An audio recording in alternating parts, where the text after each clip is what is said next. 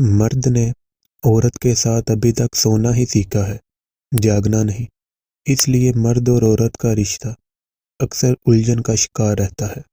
مرد کا گناہ وقت کے تالاب میں کنکر کی طرح ڈوب جاتا ہے، جبکہ عورت کا گناہ ساری عمر کنول کے پھول کی مانند سطح آب پر رہتا ہے۔ بس یہی سچ ہے۔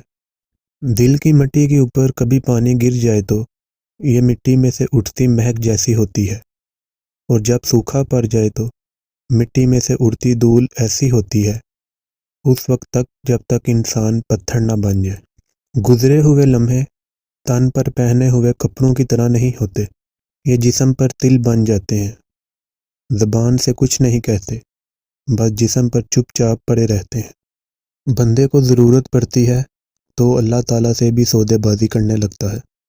میری بیٹی نے سارے عرصے کی طوالت میں کبھی بھی میرے ساتھ ہمدردی نہیں گنوائی تھی، لیکن بیٹے نے کچھ عرصے کے لیے ضرور گنوائی تھی، بچپن سے شباب میں قدم رکھنے کے درمیانی وقفہ میں۔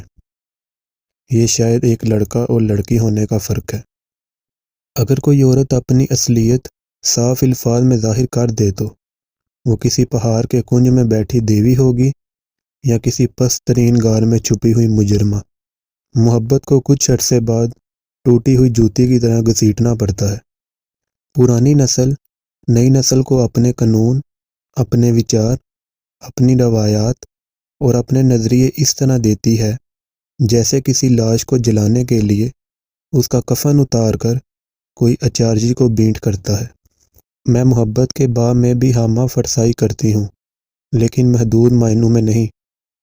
آپ کا پہلا رشتہ اپنی ذات سے ہے، پھر اس فرد سے جو آپ کا ممدوح ہے، محبوب ہے۔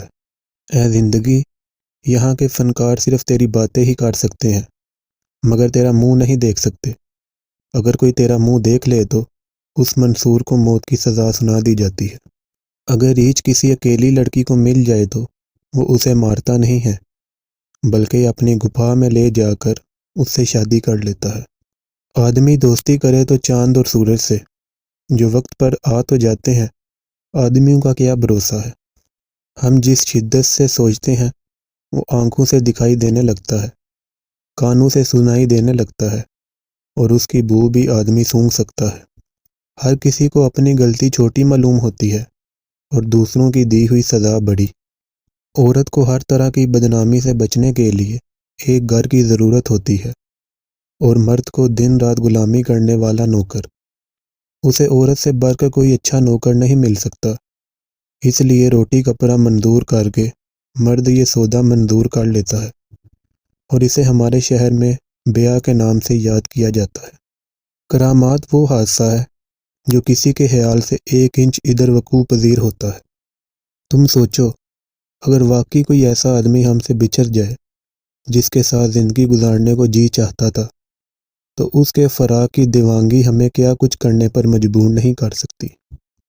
ہم ایک ایسے معاشرے میں رہتے ہیں جہاں مرد ایک غسل کر کے پاک ہو جاتا ہے، جبکہ عورت اپنی پاکیزگی ثابت کرنے کے لیے پوری زندگی لٹا دیتی ہے۔ کہیں بھی کوئی زندگی کا وارث نہیں، سب جگہ لوگ موت کے وارث ہیں۔ ہر ایک عورت روز پیدائش سے ہی ایکٹ کرنا جانتی ہے۔ آنسوں کا اور عورتوں کی آنکھوں کا معلوم نہیں کیا رشتہ ہے۔ کوئی بھی ملک ہو، یہ رشتہ بڑی وفا نبھاتا معلوم ہوتا ہے۔ محبت طاقت ہوتی ہے، بس ایک بولنے کی قوت نہیں ہوتی۔ اصل بات تو یہ ہے کہ ہمارے دل کی یہ عادت ہے کہ جدھر سے اسے روکیں، منع کریں، یہ ادھر ہی رخ کرتا ہے، بلکہ اور بھی زیادہ زور کے ساتھ ادھر ہی بھاگتا ہے۔ اور دل کو درمیانی حالت میں رکھنے کا طریقہ یہ ہے کہ اسے کسی بھی طرف سے اس حد تک روکا نہ جائے